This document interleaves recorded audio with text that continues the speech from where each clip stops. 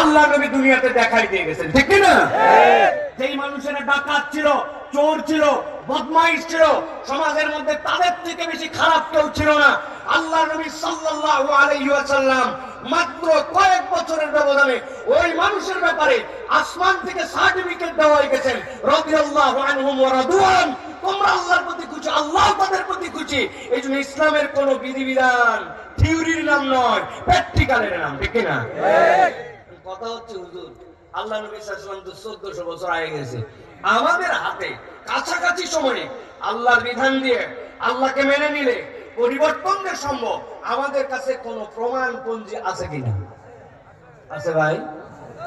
আপনারা সাহস করে বলতেছেন না, এটা আপনারা সৎ মানুষ এই জন্য। কেননা আপনি বুঝেন না, বুঝলে অযথাই সেই কথার সাথে আজগুবি শুধু সায় দিব, এটি ইমানদারের কাজ না। কথা দেখে না? আমি আপনাদের কাছে ছোট্ট একটা উদাহরণ নেই, আলোচনা করবো ইনশাআল্লাহ। উদাহরণটাকে ভালো